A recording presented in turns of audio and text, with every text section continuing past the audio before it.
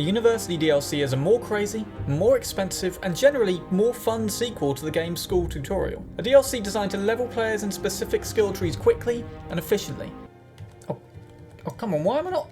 Oh crap. Then also helping players transition from low-level noobs to slightly higher-level players with a better understanding of the general game mechanics. And by mechanics I mean, how quickly can you down a pint, or spend all your money on stupid shit, or contemplate the miracle that is getting home from the club safely back to your house with no recollection of the journey between the two. How did I get here? Actually, club-related stuff probably isn't going to apply for a while, is it? Well, you newbies are shit out of luck with that one. So I started playing the University DLC way back in the 2017 update, a time where people still talked about Game of Thrones, Despacito, and fidget spinners? I was pursuing the acting questline, and whilst I would have finished earlier this season, a massive fucking crisis event kind of got in the way of that. Fortunately, half the remaining quests became playable online, and the other half I'll be finishing at the end of the month. But suffice it to say that for many months now, I've been out the other side of uni, and had plenty of time to reflect on my experience of the 3-part DLC questline. So a bit of background here. Whilst the school tutorial questline is designed to also level up skill and knowledge trees, because it pretty much levels each player the exact same way in the same skills, it's actually a pretty crap way of nurturing players to specialise in specific skill trees. When devs back in earlier versions of the game realised this, it became clear that something more would be needed. Nobody's levelling? Why is nobody levelling? That's not entirely true, sir. I have hundreds of high-level lords and ladies. Yes, the lords and ladies are levelling, but that's 1% of the population of players. What about the other 99%, the peasants? Why are they all stuck as peasants? Sorry, I actually had an idea for that. Yeah, what might that be? Yeah, I'm thinking of like a sort of a post-tutorial type thing where players go and level up in one specific skill tree very, very high, and that prepares them for quest lines that only they could do having leveled up that specific skill tree to that level. Whoa. We do not have the money to fund another tutorial DLC, so thank you, but might have to give that one a miss.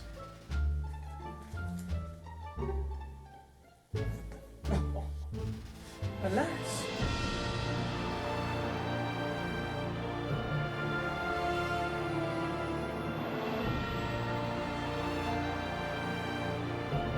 And so University was created. And as a player who's been through this pretty pricey DLC recently, I guess I'm kind of in a position to give you a few pointers, tips, do's and don'ts, that sort of thing. If you're starting or continuing uni this year, then your experience is going to be quite different to mine, seeing as, well, a global pandemic rendered half the multiplayer features nigh on unplayable for the foreseeable future. That being said, I didn't even participate in the club event that much, definitely not as much as most players, and I still had a good time with the DLC, so there may yet be hope for you. Also, it doesn't mean you won't interact with anyone, there's still housemates, course mates, mates, and honestly, most of the time I find the drinking at home minigame more fun. It's cheaper, you're only having to engage in dialogue with players you like. I don't know about that one actually, I got on with my housemates. I'm your Bram.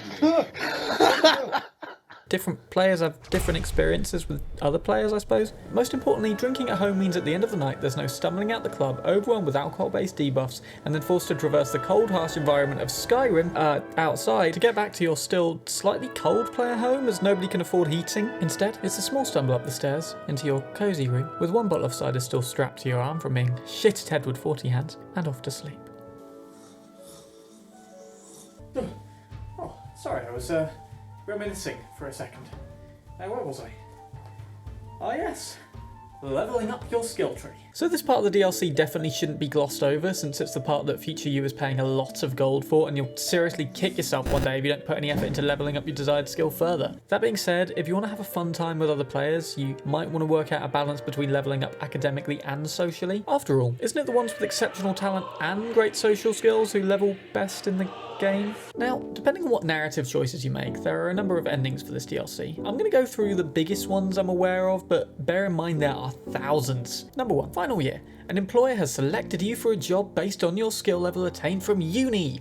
This means you don't finish the DLC and immediately trigger the existential crisis event wherein you're forced to contemplate what the last 3 years meant, and now without the great backboard of an education system to plan your life around, have to figure out what to do with the rest of it. This option is great as it completely dodges this issue, and I wish this had happened for me. Number 2, final year. You finish your degree and decide it was a bunch of bullshit. You get a job at McDonald's and wonder what to do for the rest of your life. Number 3, this is my one.